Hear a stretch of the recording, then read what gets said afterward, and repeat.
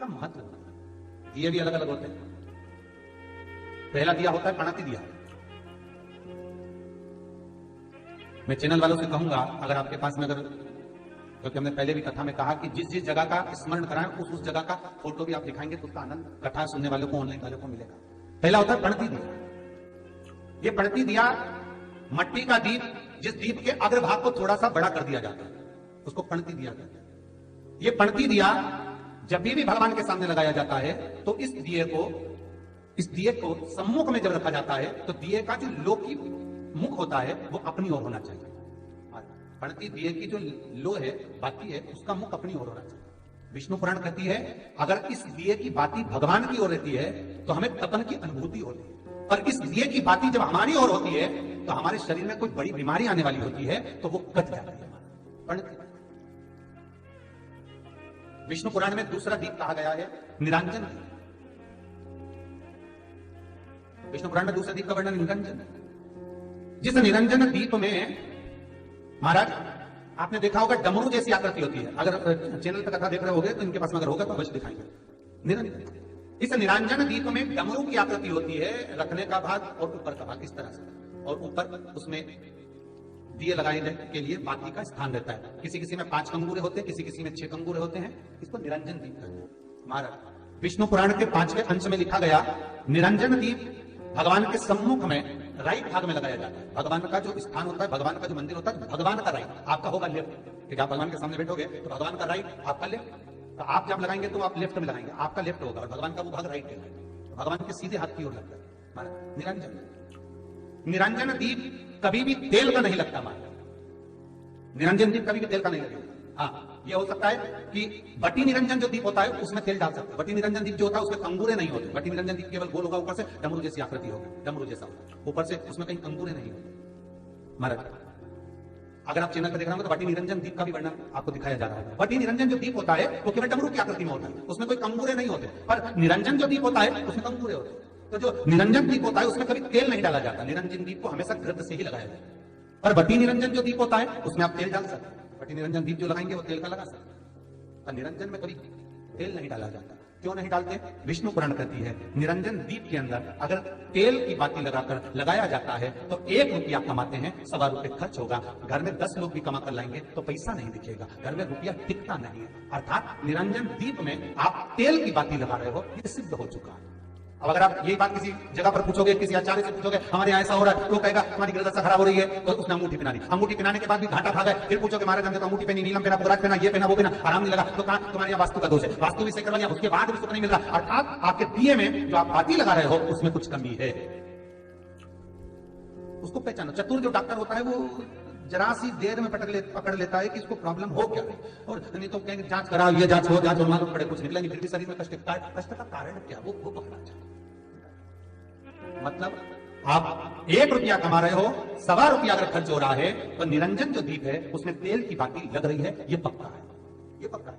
मतलब घर में पैसा टिक नहीं है। पैसा आ तो बहुत रहा है, बहू भी कमा रही, बेटा भी कमा रहा, दुकान से भी आ रहा है, किराए से मकान भी चल रहा है, वहां से भी बहुत कुछ आ रहा है, पर आखिर पैसा दिखता क्यों नहीं है? आया 1 लाख रुपए रात को आए, 2-3 दिन में चले गए, बची नहीं कुछ भी। पत्नी के पास बेचारी को माई के साल के जोड़ को तो बताती नहीं, अच्छा थोड़ा सवाल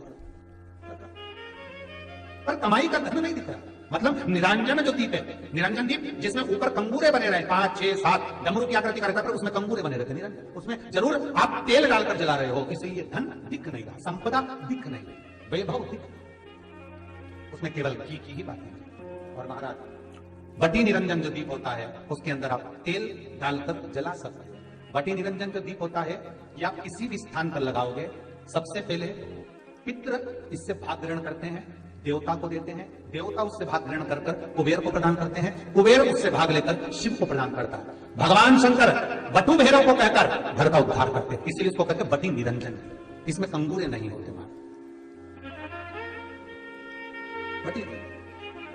एक कुबेर निरंजन भी होता है, दिए में स्टैंड होता है, पकड़ने की जगह होती है, आगे उसमें चोंच लगी रहती है, उसको कुबेर निरंजन दीप कहते हैं। कुबेर निरंजन दीप महाराज जब भी जलाया जाता है, इस तरह का दिया अगर किसी के घर में हो कुबेर निरंजन, जिसमें स्टैंड होता है, ऊपर होता है, थोड़ा लंबा होता है, आगे लंबाई निकली रहती है। कुबेर निरंजन टीवी पर आप दर्शन कर रहे होंगे तो कुबेर निरंजन जो दीप होता है उसमें आगे भाग लंबा रहता है और पकड़ने का स्थान होता है। तो कुबेर निरंजन दीप घी का लगाओ चाहे तेल का लगाओ, उसमें लौंग या काली मिर्च, काली तिल या चावल, पूजन वाली जगह में जो चावल रखे उसका 2 दाना चावल का या फूल की पत्ती कुछ भी उस कुबेर निरंजन दीप में डालना जरूरी होता है, जिससे हमारे घर में भंडार सदा भरा रहे। अगर कुबेर निरंजन दीप खाली जलता है, आपने कई जगह मंदिरों में देखा होगा कुबेर निरंजन दीप डालते तो उसमें थोड़ा 2 दाने चावल के डाल देते हैं, कुछ नहीं डालता तो एक सिक्का पटक देता, एक का कलदार पटक देता, कोई चवन्नी पटक देगा, कोई 5 पैसे पटकेगा। कुबेर निरंजन दीप खाली नहीं, समृद्धि देगा, महाराज आनंद की अनुभूति कराएगा, सुख को देगा। मट्टी के जो गोल दिए होते हैं, माटी के, महाराज इन गोल दिए का जो प्रमाण हमारे यहाँ शास्त्र करता है, ये चौहो दिशा को सुख प्रदान करने वाले। इसकी बातें आप कहीं पर भी लगा सकते हैं, किसी भी स्थान। आटे का जो दिया बनाते हो घर के अंदर, कभी आपने पूजन करी होगी तो आटे के दिया बनाओगे। अभी आप वैकुंठ कार्तिक पूर्णिमा के दिन विसर्जन करने जाओगे, घाट पर लगाने जाओगे आटे का दिया, तो आटे का जो दिया लगाते हैं, इसकी बाती हमेशा याद रखो कि अगर 4 दिए लगा रहे हो तो चारों दिशा में बाती होना चाहिए उसकी, मतलब बाती एक ही रखो पर 4 दिए को 4 दिशा की ओर निर्मित कर रख दीजिए। उसका मतलब आटे के दिए में कभी भी चोंच नहीं बनाना चाहिए, अर्थात बत्ती रखने की जो चोंच होती है आटे के दिए में कभी नहीं बनाना, बिल्कुल गोल बनाना चाहिए और उसको फिर विसर्जन की ओर आप लेकर जाओ या देवता की ओर लगाओ, जहां लगाना है, पर उसमें चोंच नहीं होना चाहिए। जिस आटे के दिए में चोंच बन जाती है उसको बलि का भाग ग्रहण करने वाले देव उसको प्राप्त कर लेते, तो उसका पुण्य हमारे खाते में नहीं आता। इसलिए आटे का दिया जब भी लगाए संपूर्ण गोल लगाएगा।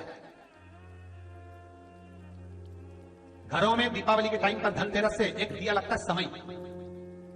कौन सा दिया है देखा है आप लोगों ने?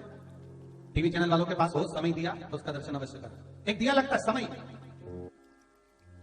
और शायद आप सब जानते होंगे कि समय जो दिया है वो दीप लंबा होता है, लंबा दीप किस लिए जलाया जाता है आप लोगों को मालूम है? उस दिए को क्यों प्रज्वलित किया जाता है, किस लिए लगाते हैं? पहले के समय में तो प्रत्येक घर में रोज शाम के समय पर समय जलती थी, शाम के समय पर समय दिया जलाया जाता था। क्यों जलाते? कुछ शुभ कार्य होता है तो समय क्यों जलाई जाती है? किसी मंदिर का, मकान का, ऑफिस का ओपनिंग होना है, कोई अन्य चीजें होना, तो उसमें समय क्यों प्रज्वलित किया जाता है? उद्घाटन, किस लिए, क्यों कहा जाता है? उसका कारण केवल इतना सा है कि समय दीप आदमी को उन्नति की ओर लेकर जाता है, इसलिए उस दीप को प्रज्वलित किया।